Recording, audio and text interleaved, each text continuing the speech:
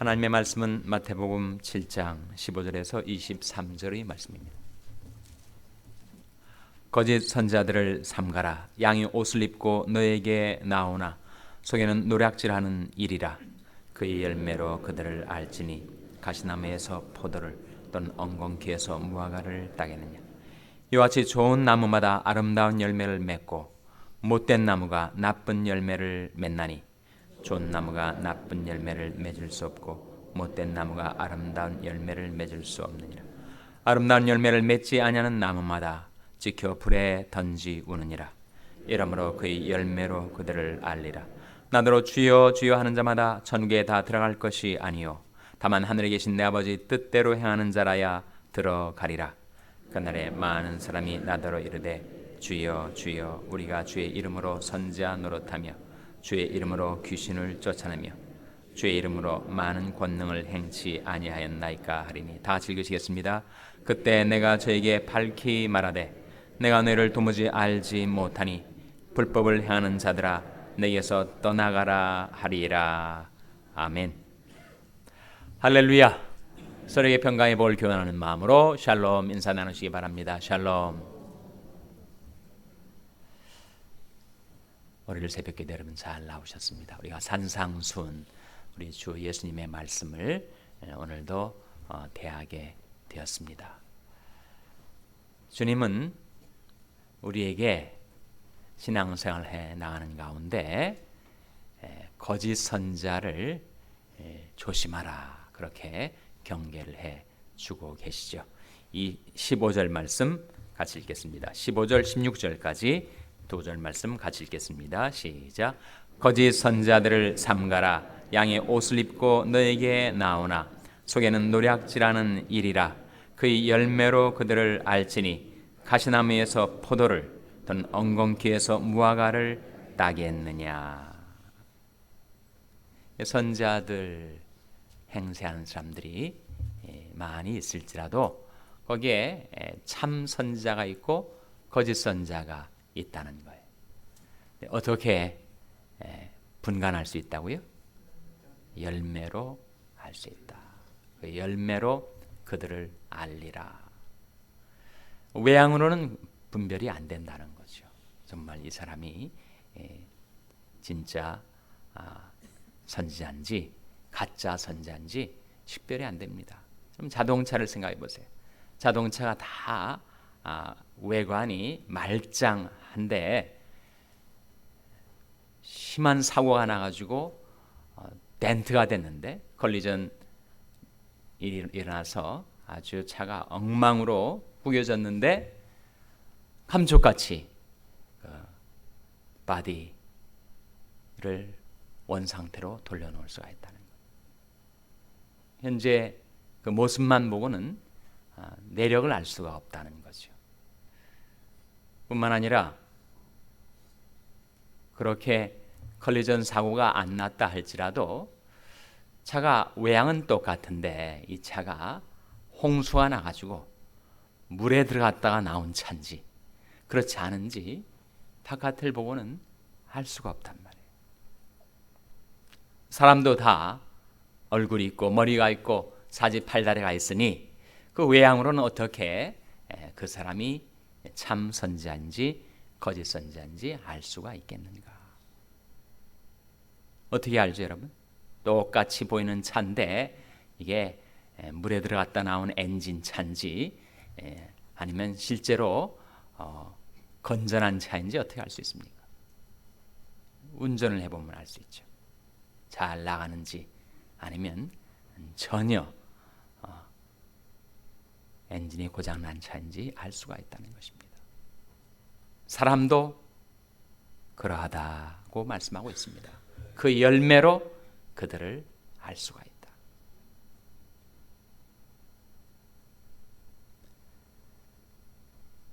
좋은 나무는 좋은 열매를 맺게 될 것이고 나쁜 나무는 나쁜 열매를 맺게 될 것이다. 그래서 그 열매로 알 수 있다.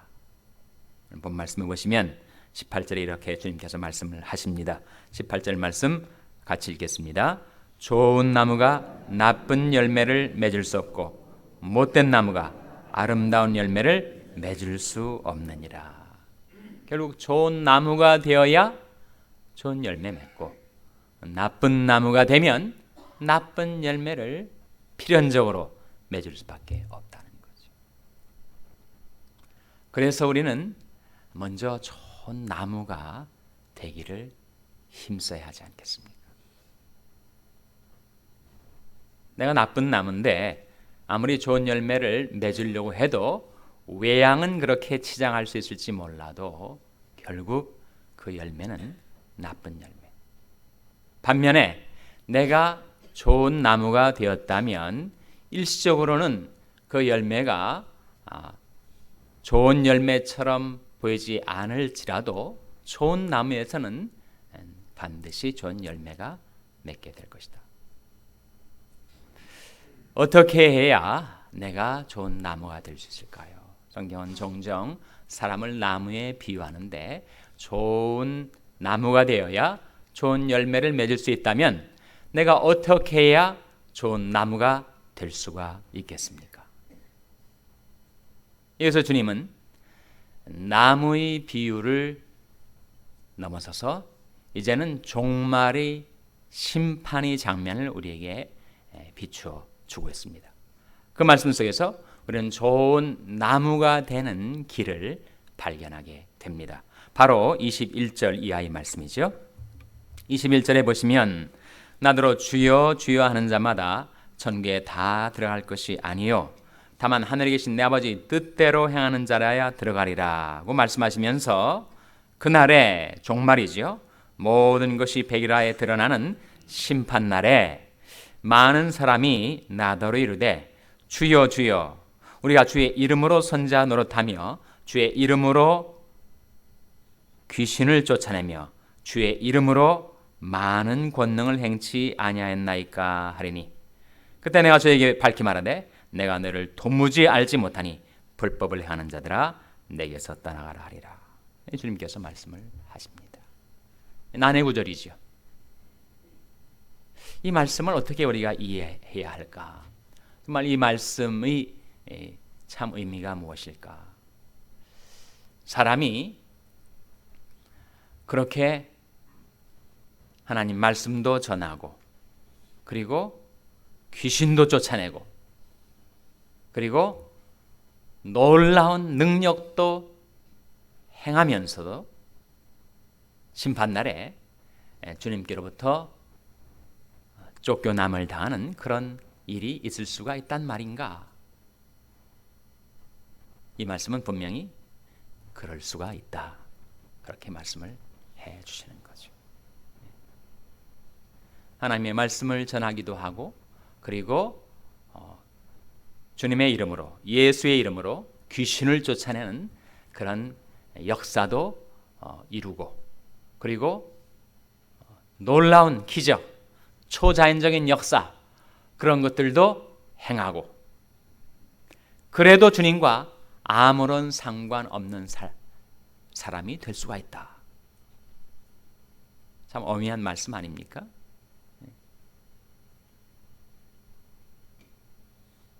근데 여기서 우리가 한 가지 주목하게 되는 것이 있습니다. 그 세 가지. 우리가 주의 이름으로 선지자 노릇하며, 선지자 노릇하는 건 뭐예요? 말씀을 전파했다는 거죠. 그리고 주의 이름으로 귀신을 쫓아내며 능력을 행하는 거죠. 그리고 주의 이름으로 능력을 행치 아니하였나이까. 이 세 가지 공통점이 뭐죠? 그것이 다 인격적인 것이 아니라 능력적인 겁니다. 다시 한번 보세요. 22절에 그날에 많은 사람이 나더러 이르되 주여 주여 우리가 주의 이름으로 선지자 노릇하며 말씀을 전하고 주의 이름으로 귀신을 쫓아내며 놀라운 능력의 행사 아닙니까? 그리고 주의 이름으로 많은 권능을 행치 아니하였나이까. 이 세 가지 다 특징이 인격적인 것이 아니라 능력적인 거예요.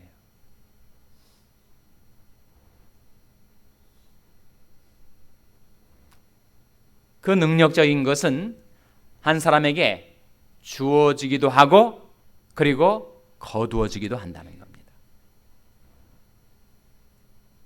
그래서 일시적으로 나타나는 초자연적인 현상, 희한한 역사가 바로 그 사람이 참 선지자인지 거짓 선지자인지를 보여주는 것이 아니란 말입니다. 그래서 R.A. 토레이 대천덕 신부 같으신 분은 그것을 성령의 외적인 역사와 내적인 역사로 구분을 하기도 합니다. 좀 더 우리에게 친숙한 용어를 쓰자면 그것은 성령의 은사와 성령의 열매의 관계이기도 하죠. 성령의 은사는 능력적인 것, 성령의 열매는 인격적인 것이 아닙니까? 그러니까 예수님과 사실상 아무런 상관이 없는 사람에게도 갑자기 능력이 부어져서 그가 말씀도 전하고 귀신도 쫓아내고 능력도 행하지만 하나님 앞에서 그는 참선자가 아닌 일이 있을 수가 있다는 겁니다. 참 무서운 말씀이죠. 한국 교계의 현상에 이 말씀의 시금석을 비춰 볼 필요가 있습니다. 이민교회도 마찬가지죠. 그러나 한국교회와 이민교회를 운의하기 전에 그 말씀 앞에 나 자신을 비춰 봐야 하지 않겠습니까? 내가 전하는 말씀, 내가 행하는 신의 능력, 내가 행하는 놀라운 초자연적인 능력의 역사들, 그것이 내게 주어졌다 할지라도 그것이 곧바로 내가 진정한 하나님의 백성이라는 표지는 아니라는 거죠. 그렇다면 이 능력적인 것들이 내가 참 하나님의 자녀인지 아닌지를 구별해 줄 수 없는 것이라면 무엇이 내가 진정 하나님의 종이요 하나님의 백성이라는 그와 같은 진리의 기준이 될 수 있는가? 그것은 결국 21절에 나타나 있는 말씀입니다. 21절 말씀 같이 읽겠습니다. 시작. 나더러 주여 주여 하는 자마다 천국에 다 들어갈 것이 아니요 다만 하늘에 계신 내 아버지 뜻대로 행하는 자라야 들어가리라. 그것은 하나님의 뜻을 받들어 살아가는가, 아니면 하나님의 뜻은 다 온데간데 없이 놓쳐버리고 사라져버리고 자기에게 주어진 능력을 신봉하고 그것을 과시하며 살아가는가, 그 차라는 거예요. 놀라운 초자연적인 능력을 행하면서도 여전히 하나님의 뜻과는 전혀 상관없이 불법을 행할 수가 있다는 겁니다. 23절에 그렇게 말씀하지 않습니까? 주님께서 그들을 물리치면서 하신 말씀이 뭐예요? 그들에게 그렇게 선지자 역사, 귀신을 쫓아내는 축사의 역사, 권능을 행하는 능력의 역사가 다 일어났지만 그들이 속 내면 그들의 삶이 실제에 있어서는 하나님의 뜻을 행하지 않고 무엇을 행하였다고요? 23절에 불법을 행했다는 겁니다. 불법. 그것이 가능하다는 거예요. 우리 작은 신앙의 논리 안에서는 잘 납득이 가지 않습니다. 어떻게 그런 놀라운 능력의 역사를 하면서도 주님과 아무런 상관이 없을 수가 있습니까? 주님은 상관이 없을 수가 있다고 말씀하시고 있는 거예요. 그러니까 하나님의 말씀을, 하나님의 뜻을 순종하며 살지 않아도 한 사람에게 그렇게 희한한 역사가 일어날 수가 있다는 거예요. 여러분, 오늘날 영계가 혼탁해서 초자연적인 현상이 어떤 한 사람을 통해서 나타나면 이 불신앙의 시대에 사람들은 혹하고 끌려가게 됩니다. 야, 저런 희한한 역사가 나타나는데 그가 하나님의 종이 아니라면 누가 하나님의 종이겠는가? 그래서 다만 외적으로 나타나는 그 희한한 현상과 초자연적인 능력에 끌려다니는 사람들이 미혹을 받게 된다는 거예요.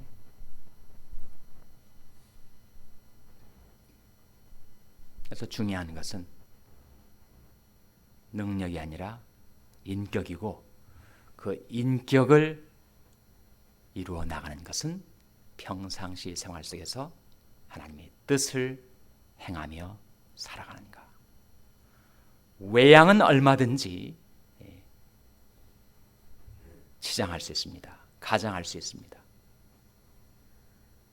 현상적으로는 얼마든지 그렇게 자신을 변장할 수 있습니다.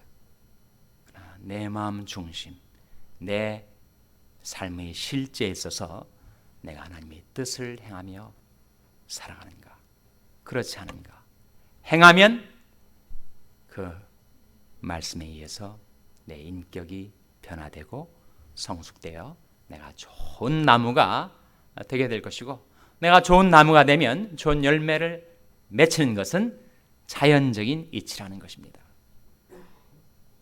그러나 내 중심, 내 영혼, 내 인격, 내 삶의 실제에 있어서 내가 하나님의 뜻을 놓쳐버리고 내가 불법을 행하며 살아간다면 내 외양을 통해서 아무리 그럴듯하게 자신을 나타내 보인다 할지라도, 또 심지어 나를 통해서 놀라운 능력과 초자있는 현상이 나타난다 할지라도 나는 하나님과 아무런 상관이 없는, 주 예수님과 아무런 상관이 없는 그런 존재가 되고 말 것이란 말입니다. 이 엄미하신 주님의 말씀 앞에서 나의 중심, 나의 영혼, 나의 인격이 하나님의 뜻, 하나님의 말씀 받들어 순종하며 사는 가운데 저와 여러분, 우리가 좋은 나무가 되어 좋은 열매를 풍성히 맺혀 하나님을 기쁘시게, 하나님께 영광 돌리는 그런 삶을 살게 되시기를 주님의 이름으로 축원합니다. 기도하시겠습니다. 오늘 말씀을 기억합니다.